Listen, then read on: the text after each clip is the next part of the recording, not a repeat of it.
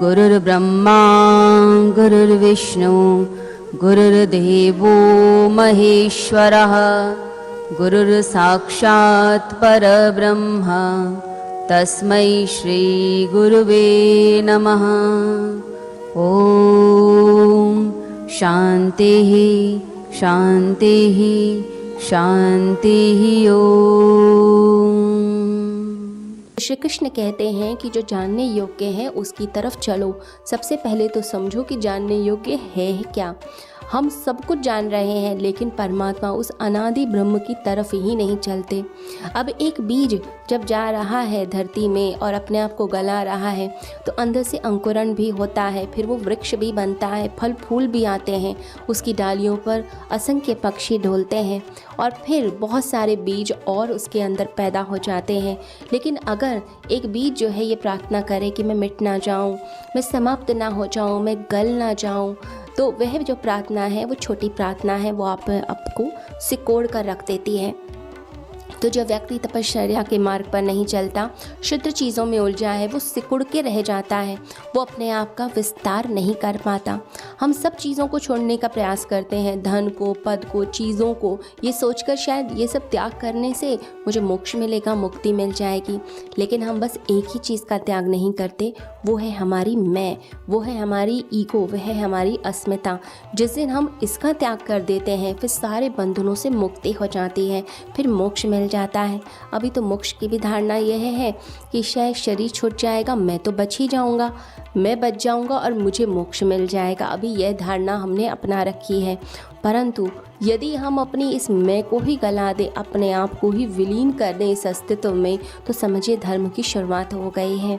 भगवान बुद्ध कहते थे कि दुखों का त्याग करने का मत सोचो, जो दुख का निर्माण कर रहा है तुम्हारा अहंकार, उसका त्याग करने का सोचो।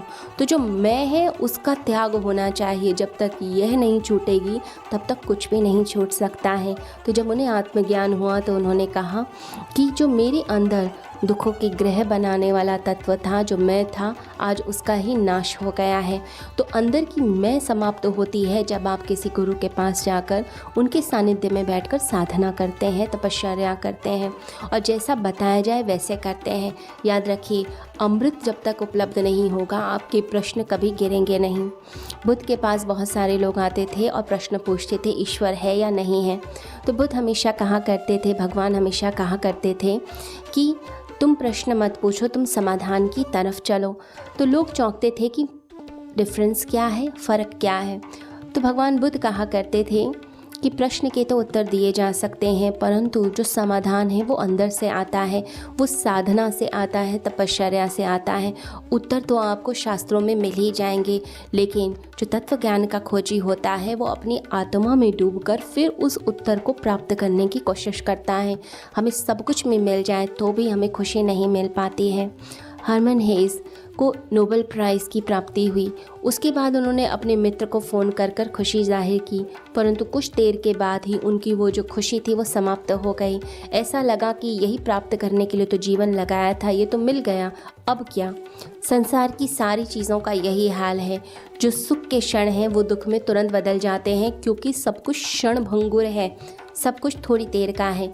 जब तक हम इन सब को छोड़कर वहाँ नहीं पहुँचते जो अमृत है, जो कभी जिसका नाश नहीं होने वाला, जब तक वहाँ नहीं पहुँचेंगे तब तक आनंद नहीं मिल सकता। इसलिए कृष्ण कहते हैं जो जानने योग्य है उसकी तरफ ही जीवन को लगाओ, और वो अकथनीय है, वो न सत्य है न असत्य है, उसके बारे में कहा नहीं जा सकता।